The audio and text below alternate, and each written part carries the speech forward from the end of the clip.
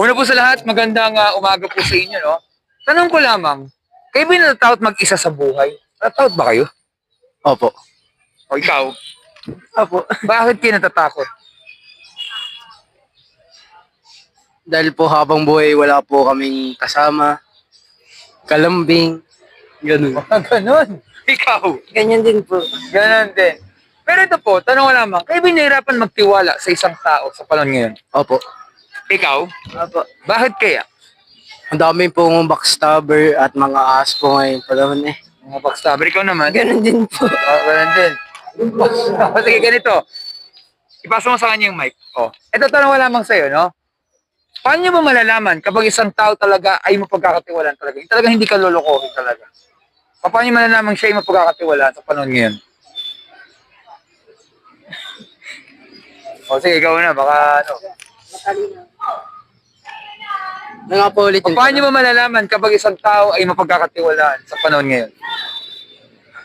Ano po, lagi po siya nasa tabi ko habang ako may problema o nasa pinakababang punto ko.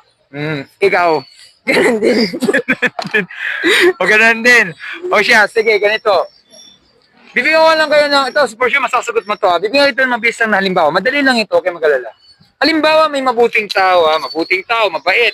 Alam na natin, pag mabait o mabuti, alam natin wala siyang ginagawang masama at talagang gusto na niyang maging makasama niya lahat yung mga tao sa paligid. Ngayon, ito po yung tanong. Kung siya'y mabait na tao, bakit kaya ganito nangyari? Lagi na lang siyang iniiwan sa ere, lagi na lang siyang sinasaktan, lagi siyang niloloko, mabait na tao pero lagi siyang sinasaktan. Pero kumpara po sa mga masasamang ugali, may pagka-bad boy, bad girl ang ugali, pero lalong dumadaming kaibigan nila, mas lalo silang rumarami, pero yung mabait na tao, lagi na lang siyang iniiwan sa ere. Tanong ko lamang ganito, napapansin niyo ba yan sa totoong buhay? Opo. Ikaw, Opo. bakit kaya ganun? Dahil po yung mabait na tao po ay lagi po ginagamit para sa pera o mga material na bagay. Ikaw? Ganun din. O sige, palaging ganito na lang. Sige, naiintindihan ko, pero ganito, ito, bigay mo sa kanya, ito, madali itong tanong to. Ito, yes or no lang o hindi Naawa ka ba kapag may nakikita ka ng ganyang tao? Naawa ka dyan? Bakit kaya? Wala maisagot. Pero sabi mo, hindi siya dapat ginaganyan. Yung para siya sinasaktan. Mabait na tao pero sa tingin niyo, hindi siya dapat ginaganon? Sa tingin mo? Yes or no? Opo. Okay, dapat hindi siya. Ikaw, sa tingin mo, dapat hindi siya tinatrato ng ganun? Opo. Bakit kaya? Pure po yung puso niya, tsaka po, gusto lang niya makatulong sa iba. O sige, ganito. May iba mga kanito na tanong. Mas madali po ito. For sure, mas masasagot mo na ito. Sundan mo na ito Tanong ko lamang, ikaw ba isang mabuting tao? Medyo po. Medyo. Ikaw? Depende po. Depende. O sige, ganito. Kunwari, lagyan natin sarili natin from 1 to 10 sa pagiging mabuting tao. 1 daw, masama daw kayong tao, or 10, sobra daw kayong mabuting tao. Saan niyo po ilalagay sarili niyo from 1 to 10? 6 po. 6, ikaw? 7 po. 7. Bait mo. Para sa'yo, ano ba yung sabihin ng mabuti? Matulungin po sa kapwa. Ikaw, may dadagdag ka pa. Siguro naman. Mapagbigay. Magmahal. Mapagbigay. Ayun, nakasagot din. Okay, eto, talawa lamang. May ilan ba kayo magbasa ng dictionary? Hindi po. Po. Pero pag search kay Google sa internet, pag hindi mo alam isang salita, nagagawa niyo lagi? Opo. Opo. O, bigyan ko kayo ng konting kalaman o trivia Ganito lamang. Sabi sa dictionary, para daw masabi na good o mabuti, ito daw ay may kinalaman daw sa ugali ng isang tao. Dapat daw walang ginagawang masama, walang ginagawang krimen, at wala daw siya sa tao kahit sanggol.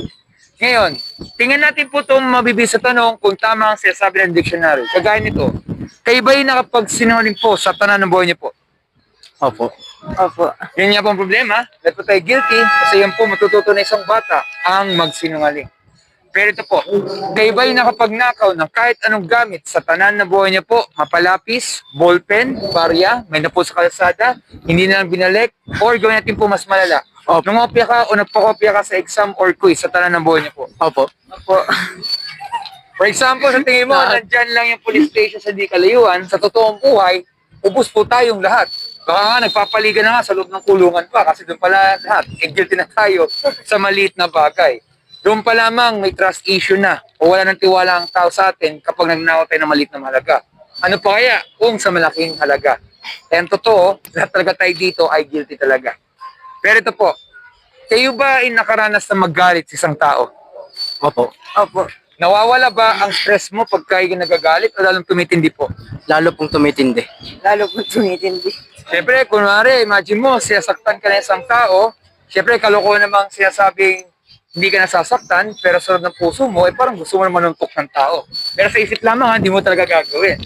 Pero sabi po kasi dito, para daw tayo nakapatay ng tao, hindi nga lang sa gawa, sa salita lamang. At ang totoo, kailan talaga tayo dito ay guilty. Pero ito po, nagagamit niyo ba minsan ang pangalan ng Panginoon sa walang kabuluhan? Minsan naglalakad kayo, bigla kayong natulas, at napa-OM, alam niyo na, yung parang bigla lang sa bibig mo. Nagagamit niyo ba minsan yung pangalan ng Panginoon sa walang kabuluhan? Minsan po. Minsan ikaw? Hindi po. Never pa. Well, naiintindihan ko kasi ganito lang yan eh. Mahal niyo ba mga nanay niyo? Opo. Opo. Halimbawa kayo ay nagpapalipas ng oras o may mga gagawin kayo for example mamaya, kunwari bigla kayong nakuwing sa mata nyo kasi medyo mahangin, medyo magugulating ka. Instead ng pangalan ng Panginoon, ang nabanggit mo sa dila mo ay pangalan ng nana mo, yung OM, insert mother's name, pero wala man siyang kinalaman dito. Okay lang ba yun? Opo. Okay lang sa'yo yun? Paggulat ay na naman. po. Okay lang banggitin mo ang pangalan ng nanay mo na kunwari, napuwing ka na OM, alam mo na, pero pangalan ng nanay mo, pero wala siyang kinalaman dito. Okay lang ba yun? Pangalan po mismo o mama? Kahit ganun, oo, kahit ganun. Okay lang ba yun? Panggulat naman? Hindi po. Hindi, ikaw? Hindi po. Bakit kaya? Dahil po parang kung inusulto po yung nanay ko. Naniniwala ka doon? Tama naman, kasi kaya hindi nyo kaya sabihin niya, kasi ayaw nyo mabastos ang mga loved ones natin, mahal natin sa buhay. So sana gayon din po sa Panginoon na hindi natin nagagamit ang pangalan ng Panginoon sa walang kabuluhan kasi ang tawag doon ay blasphemy o pambabastos. At medyo may mga tao talagang guilty talaga dito. Ngayon, lilinawin ko po sa inyo ha, hindi ko kayo sinisiraan, hindi ko inusgahan, kasi yung tanong na yan ay parehas po sa ating lahat-lahat. Kahit itanong mo sa akin yan, lahat po tayo dyan, ipalpak po. Sa tingin nyo kaya, kung tayo po mamatay, hindi po ito pananakot, at harap tayo sa tinatawag na judgment day sa Panginoon, kayo ba ay guilty o innocent kayo sa mga nagawa niyong kasalanan? Guilty po. Guilty po. Ano kaya ang tanong dito? Sa tingin nyo kaya, saan kaya kayo pupunta kung sakali? Sa langit ba kayo pupunta o sa impyerno? Tanong lamang po. Pag hindi po nagbago ngayon, maaari po sa impyerno. Ikaw? Ganon din. Kayo binag-alala, maaari sa impyerno tayo pupunta. Opo. Opo.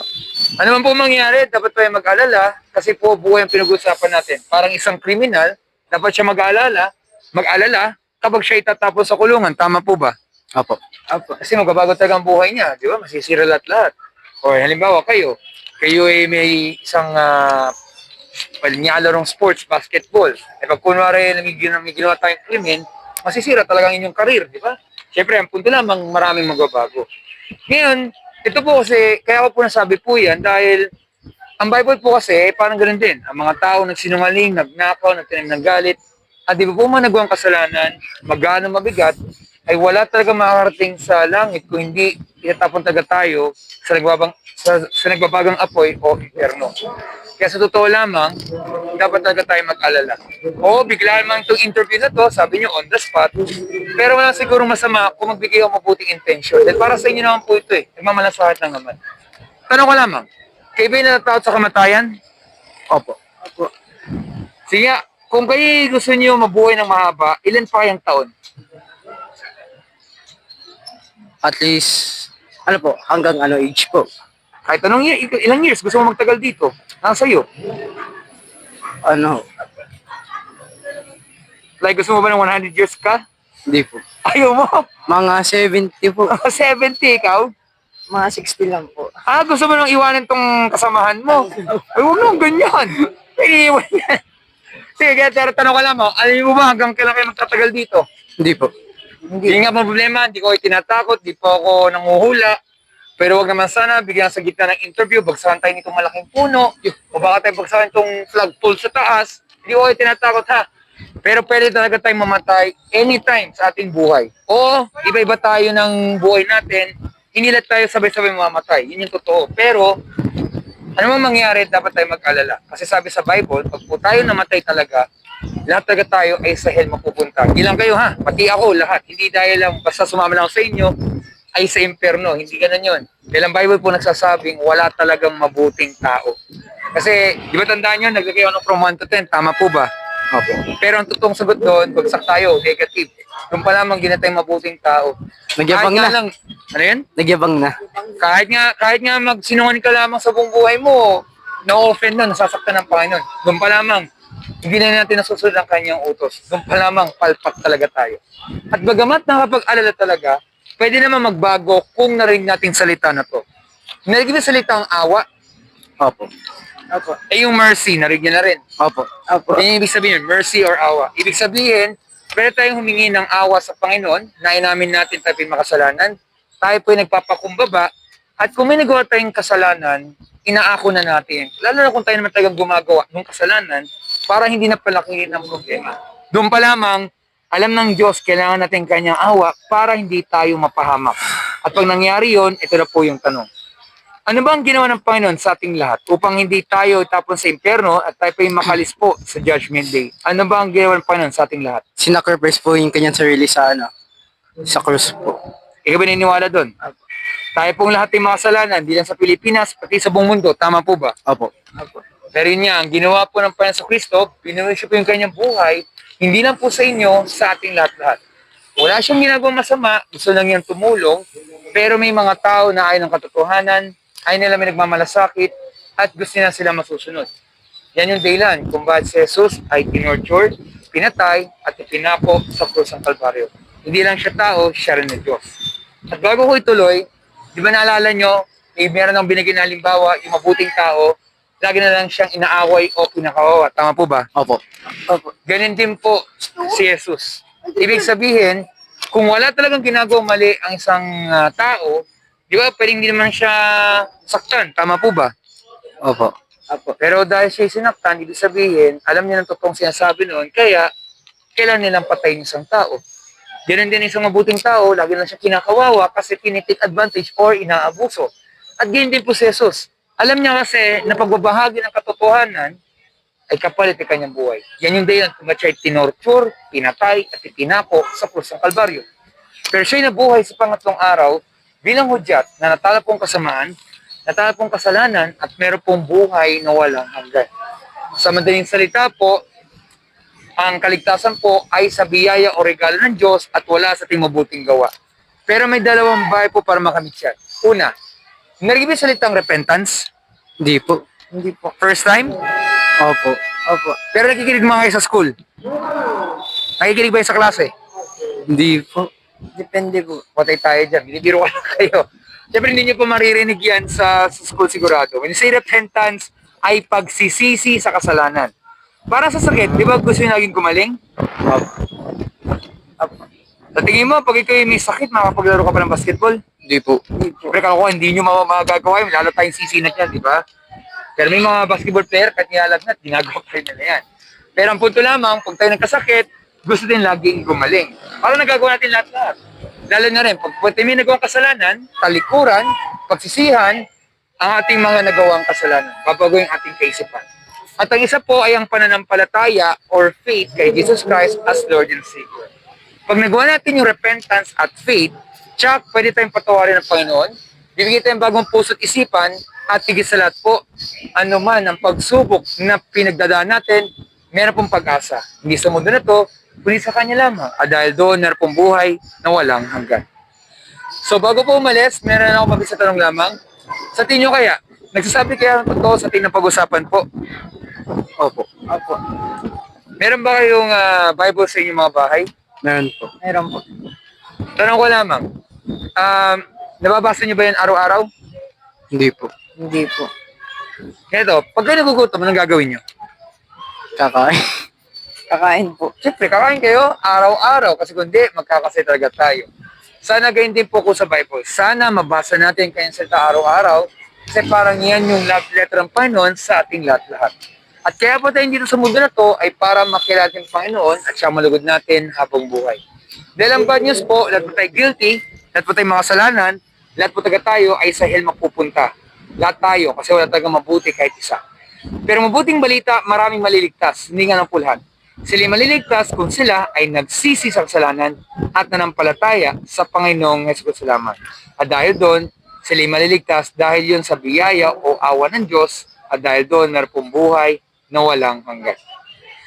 Maraming salamat po dito sa OSA to. Meron ba yung katanungan po? Wala po. Wala po. So wala nang katanungan po. Ako po yung nagpapasalamat po dito sa OSA to. Mag-ingat po kayo. God bless po and good luck po sa inyong laban po mamaya. No? Thank you po. Thank you po.